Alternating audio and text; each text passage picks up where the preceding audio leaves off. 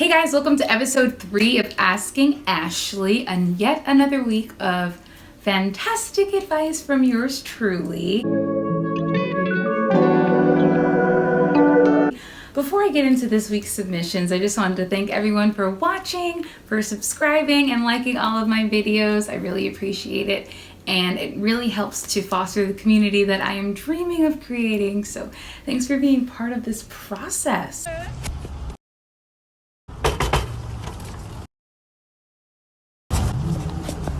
Hey, how's it going? So let's get into the first submission. This one is titled, How to Stay Focused.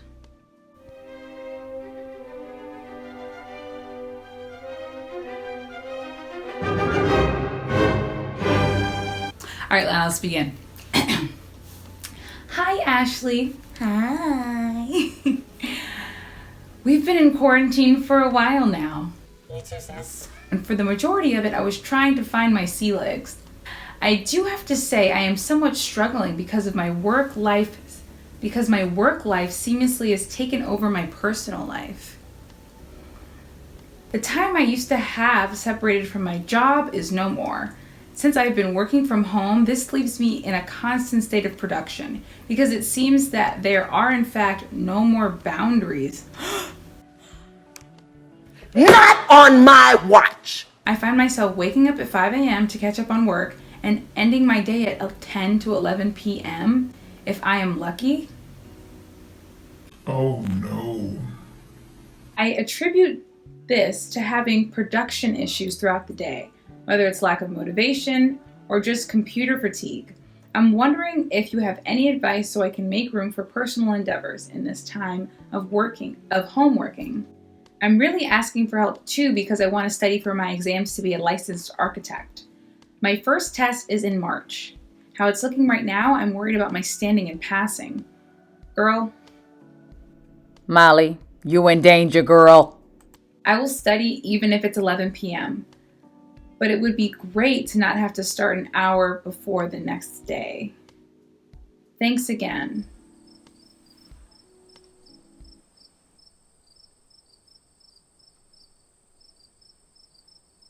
On the subject of how to stay focused. Okay, so there's a couple layers in this that I want to address. First of all, working from home. A lot of people watching this can kind of relate to the fact of having to work from home in the midst of COVID-19. We've all experienced that uncomfortable meshing of worlds between work and home because of this. And it's kind of tough to deal with, so I really empathize with that issue. In terms of setting boundaries is crucial, and I see so much rampant crossover that it's become toxic in your life. Completely toxic. The fact that you're getting up early at 5 a.m. and working to 11, in my small knowledge of architecture, it's a lot of work, and you do work pretty long hours for clients at times in order to make a deadline or something like that.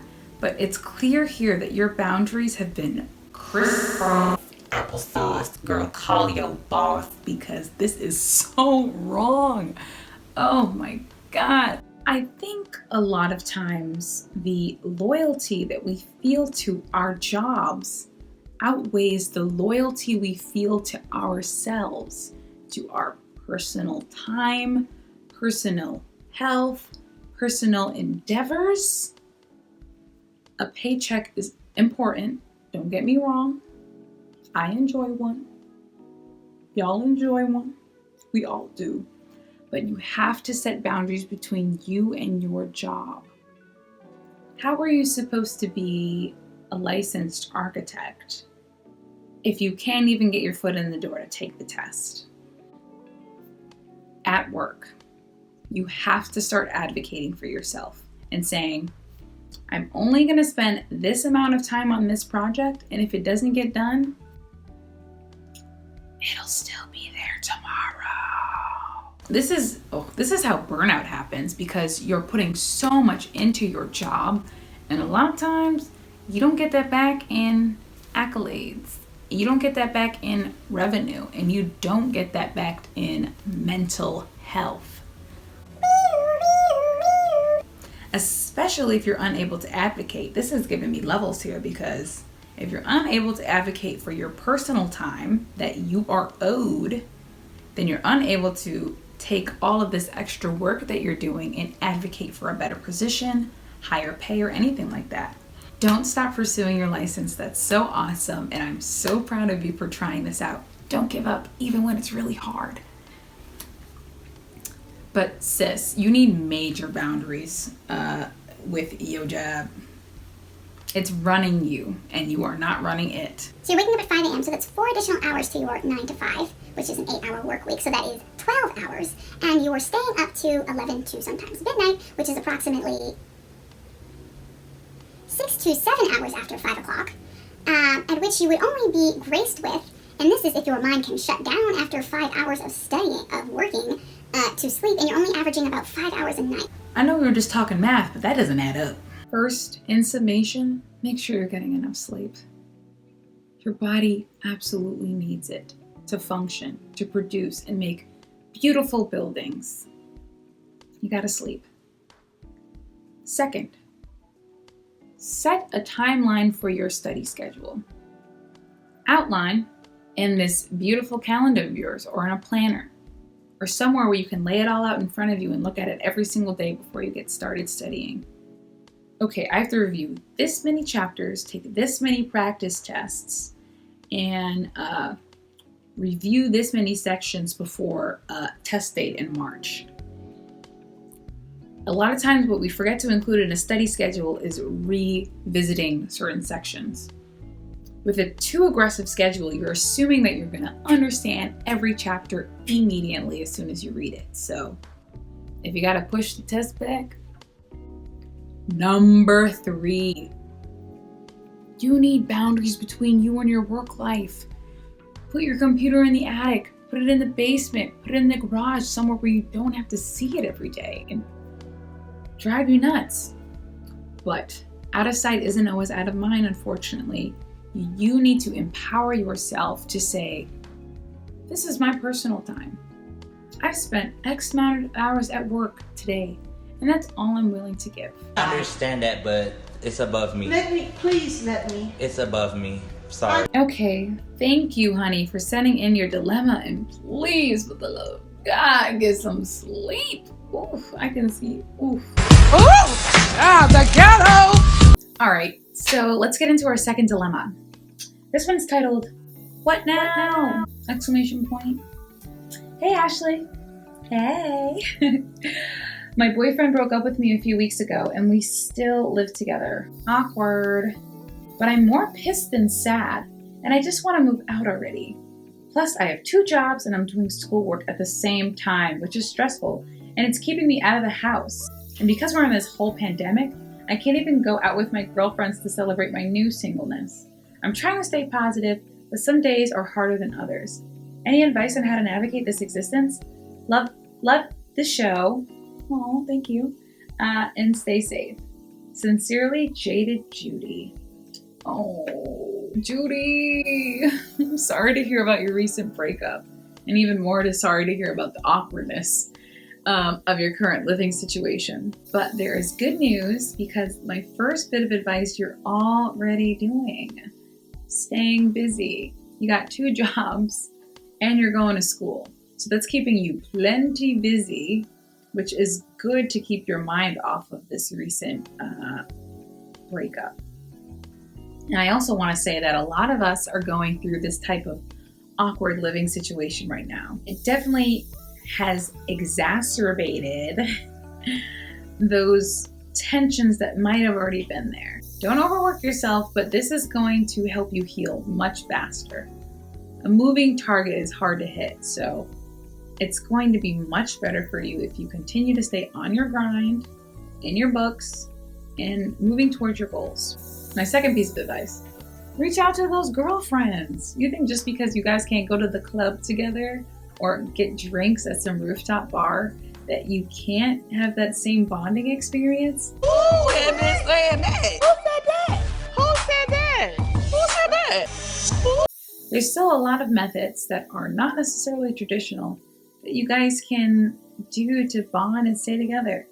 Heck, even a phone call makes all the difference when it comes to making you feel close to someone that you can't be next to right now. My third piece of advice to you is to celebrate yourself and to practice self-care.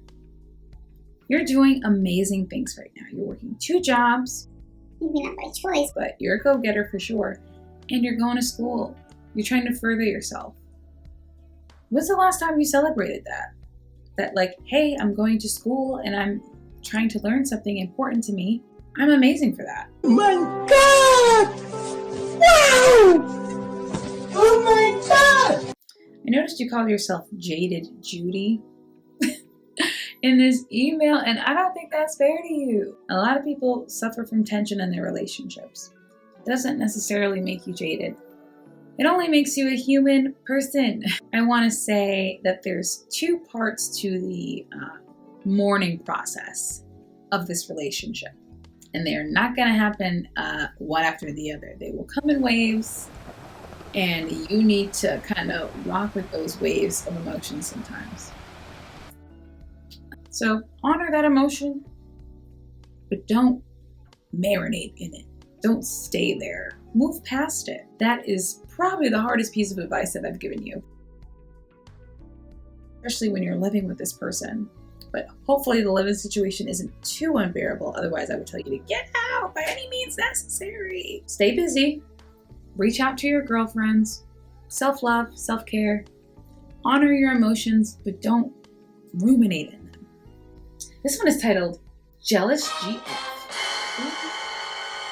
Hey girl, hey. Hey, what's up? So let me start by saying that I have an amazing partner. He is supportive and uplifting. He is patient and in tune with my needs. We have a very healthy, communicative relationship, a relationship I am grateful for. We are so in tune with one another, in fact, that we have the exact same job and we absolutely love what we do. Both of our personalities are similar as well, and we are go-getters, people pleasers, and hard workers. About 6 months ago, I began a position with the company after passing my boards. Congrats on passing your boards. A few months later, he began his employment with another company, both doing the same jobs. After working with my current company for several months, I decided I needed to either find another job completely or tack on another job to really make the money I've always wanted to make. This is where his current job comes in. He tells his boss about me and she loves him so much, she interviews me ASAP.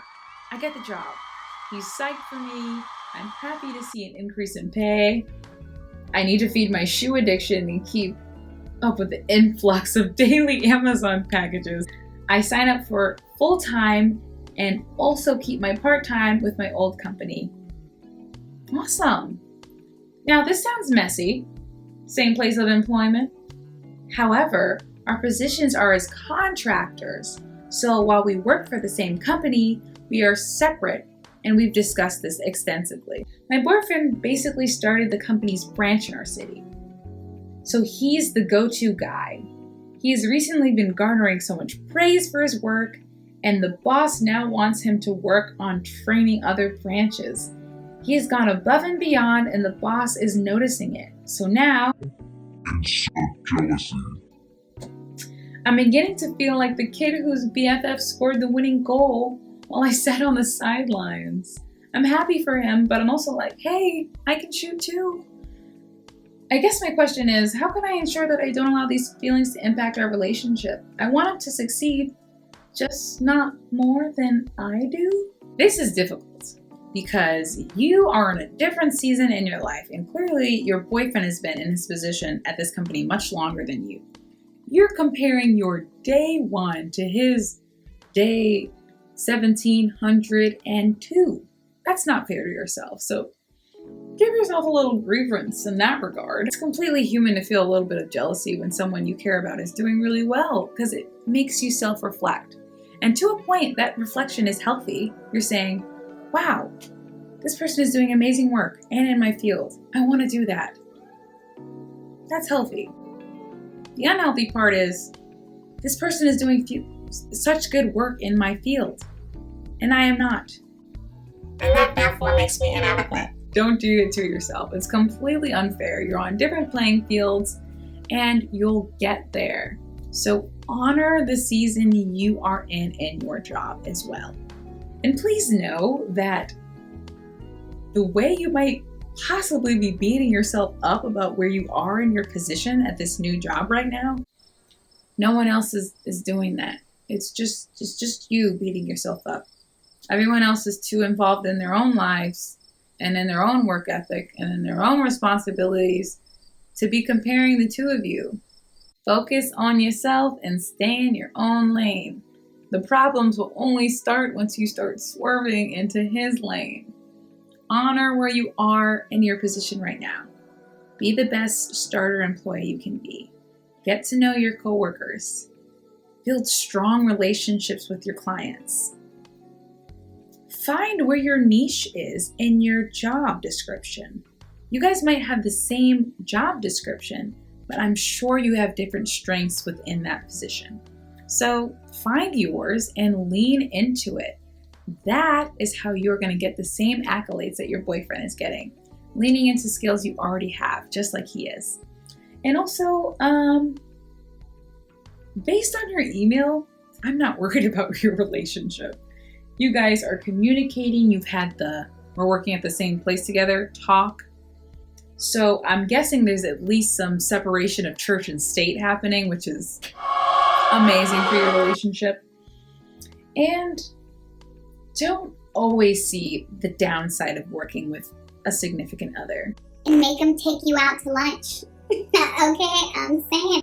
His wins are not automatically your losses, so take advantage of them. So that was this week's submissions. Thank you to everyone who submitted their story. And if you want to submit your story, just go over to askingashley.com where you can type in your dilemma and send it to me. So as always, take care and take care of each other. Bye. Who is calling me? I should know it's after hours and I don't answer phone calls. Hello? Yes, this is she. A dilemma?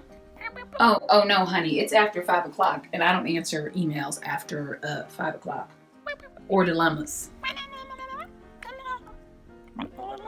Oh, so you say it's actually 5:02. Oh, I didn't know that 5:02 was not after 5 o'clock. But thank you. Well, how about I give you a piece of advice?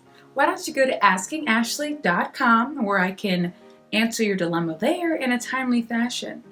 And I find that after a fresh night's sleep and a great meal that I give much better advice than at, as you say, 5:02. Okay, all right. Glad to hear that we're on the same page about that.